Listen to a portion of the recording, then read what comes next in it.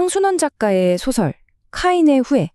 이 작품은요, 해방 직후 북한의 한 작은 마을을 배경으로 우리 민족이 겪었던 정말 큰 비극을 아주 압축적으로 보여주는 소설입니다. 근데 이 제목, 카인의 후예, 굉장히 강렬하잖아요.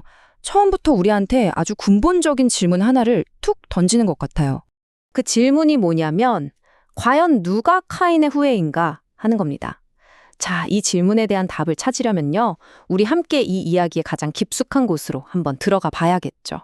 자, 우선 이 제목이 어디서 왔는지 그 기원부터 한번 살펴볼게요. 이 모든 이야기의 뿌리는 아주 오래전의 한 배신, 바로 인류 최초의 살인자로부터 시작됩니다. 네, 바로 그 인물이 카인이죠. 성경을 보면요, 카인이 자기 동생 아벨을 너무 질투한 나머지 결국 죽이고 말잖아요. 인류 최초의 살인이죠. 형제가 형제를 죽인 바로 이 비극적인 사건이 소설 카인의 후예 전체를 꿰뚫는 핵심 주제가 되는 겁니다. 맞아요. 그러니까 이 소설 속 인물들이 겪는 갈등이나 다툼은요, 그냥 어느 시골 마을의 작은 이야기가 아니라는 거예요. 이건 훨씬 더 큰 이야기입니다. 바로 어제까지 형제처럼 지내던 이웃이 서로를 미워하고 심지어 죽여야만 했던 우리 민족의 그 아픈 역사를 상징하는 거대한 우화라고 할 수 있는 거죠. 자, 그럼 이 보편적인 주제, 형제 간의 갈등이라는 이 이야기가 구체적으로 어떤 시대, 어떤 공간에서 펼쳐지는지 이제 본격적으로 소설의 배경 속으로 들어가 보겠습니다. 시간적 배경은 우리가 일제로부터 막 해방된 직후고요. 공간적 배경은 평안도의 한 마을입니다. 상상해보세요. 기존의 모든 사회 질서가 와르르 무너지고 새로운 사상과 이념이 사람들을 막 휘젓고 다니던 그야말로 엄청난 혼란기였죠. 그리고 이 모든 갈등에 불을 붙인 결정적인 사건이 하나 있었습니다. 그게 바로 급진적인 토지개혁이었어요. 토지개혁. 말 그대로 지주들의 땅을 싹 다 빼앗아서 다시 나눠주는 정책이었는데요. 이게 그냥 땅만 나누는 게 아니었어요. 이 정책 때문에 수백 년 동안 이어져 온 지주와 소장농이라는 이 관계, 이 낡은 사회 계급 구조가 정말 하루아침에 아주 폭력적으로 무너지게 됩니다. 이 토지개혁 하나로 마을 공동체가 완전히 두동강이 나버립니다. 한쪽엔 하루아침에 모든 걸 잃게 생긴 과거의 지배계급, 바로 지주들이 있었고요. 다른 한쪽엔 어제까진 그 지주 밑에서 일했던 마름들이 있었어요. 이 사람들은 자기 과거를 싹 숨기고 새로운 권력에 빌붙어서 오히려 지주들을 숙청하는 데 앞장서게 되죠. 이 둘의 이해관계가 정말 날카롭게 부딪히면서 비극이 시작된 겁니다. 자, 이렇게 거대한 사회적 갈등이 벌어지는 한가운데에 운명처럼 서로에게 얽혀버린 세 명의 인물이 등장합니다. 바로 이들의 선택과 갈등을 통해서 이야기는 점점 더 깊은 곳으로 들어가게 돼요.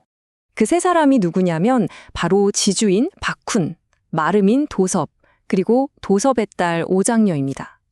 먼저 박훈은 몰락해가는 지주 계급을 대표하는 지식인이고요. 도섭은 어떻게든 살아남기 위해서 자기 과거를 배신하고 새로운 시대의 앞잡이가 되는 인물이죠. 그리고 오장녀. 이 오장녀는 정말 비극적인 위치에 있어요. 한쪽엔 아버지 도섭이 있고 다른 한쪽엔 사랑하는 사람 박훈이 있는 이 둘 사이에서 정말 힘든 선택의 기로에 놓이게 됩니다. 자, 그럼 이 인물들을 중심으로 마을이 어떻게 폭력적으로 무너져 내리는지, 그 배신이 또 다른 배신을 낳는 이 끔찍한 연쇄 반응을 한번 차근차근 따라가 보시죠. 모든 사건의 시작은 바로 농민대회였습니다. 여기서 지주들은 반동분자라는 딱지가 붙어서 사람들 앞에서 공개적으로 망신을 당하고 숙청당하기 시작합니다. 당연히 주인공인 박훈 역시 이 위기를 피할 수가 없게 되죠. 바로 그 절체절명의 순간 누가 나서냐면 오장녀가 나섭니다.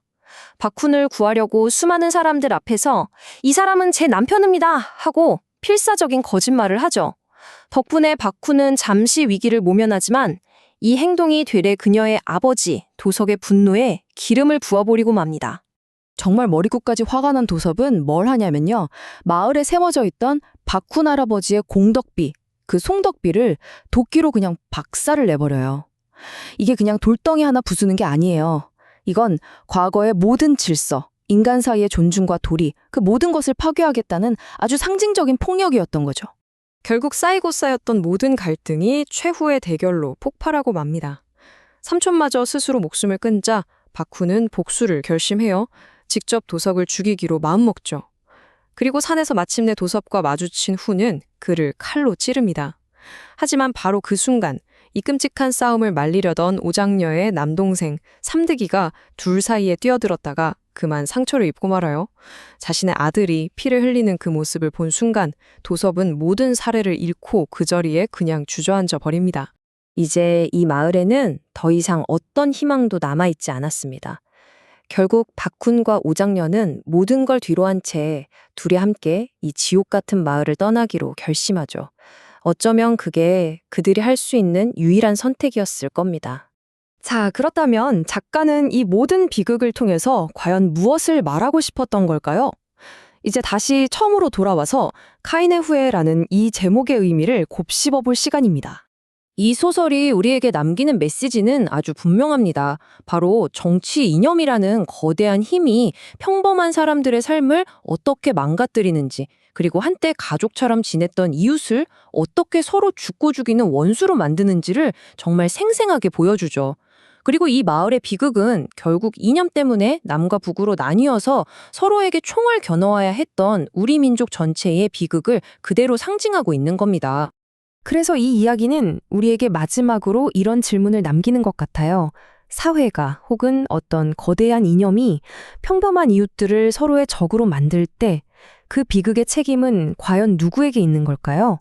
바로 이것이 소설 카인의 후예가 수십 년이 지난 오늘날 우리에게도 여전히 던지고 있는 아주 묵직한 질문일 겁니다.